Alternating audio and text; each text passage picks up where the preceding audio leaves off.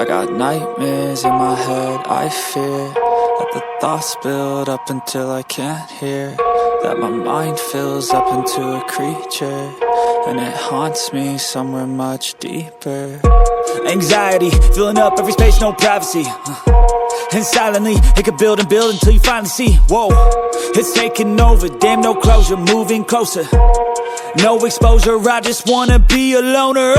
Some can't stay sober, looking over all their shoulders, like moving boulders just to get out of the home. It sucks, I've had enough, I don't wanna feel the stuck under the rug, all my problems that I shove. I got nightmares in my head, I fear that the thoughts build up until I can't hear, that my mind fills up into a creature, and it haunts me somewhere much deeper. I got nightmares in my head, I fear that the thoughts build up until I can't hear, that my mind fills up into a creature, and it haunts me somewhere much deeper.